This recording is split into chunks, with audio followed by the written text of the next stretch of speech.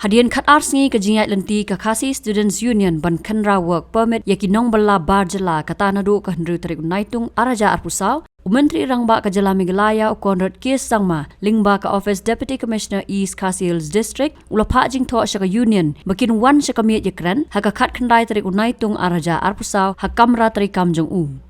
Kumban syukurau baka jing Khynra work permit ke KSU kala long Halor ke nongrim ban persya ke sarkar India Halor ke jing penslam ban ai jing menjur ban pentrai kam ya ke inaline permit ILP bat kumju ya ke sarkar MDA2 bakam pentrai kam ya ke Meghalaya Resident Security and Safety Act arajar khanriu Nakani ke jing Khynra daki Khot ke KSU naki circle bat ki unit haki thain baper kala dan ru ke jing Khot hajer daki bor pulit ya ki Nongyalam haki police station baper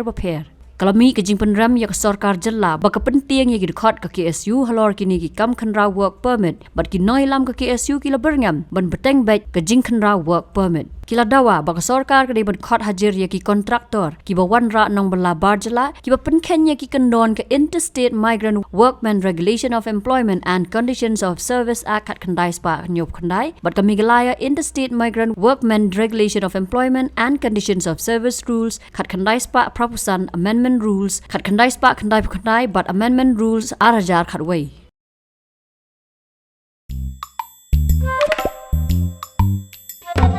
Habatin, pej bahagi kishap, kashap plus F. Ka plus F? Hakabam bangibam dunaki eki batay kamet. Namar kata habathiru atau kau kamlu ka umpnyang kadut pej ya kashap plus F hakajing som.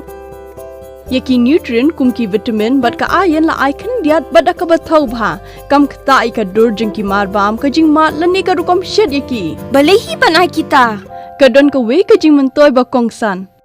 Ka kot ka kia. Ka nutrition bakam bha kajing im bakam bha pendon kam daki marba medon ka sharp plus F menta kasni Lawan ra shapi lingba ko office jong commissionerate of food safety Meghalaya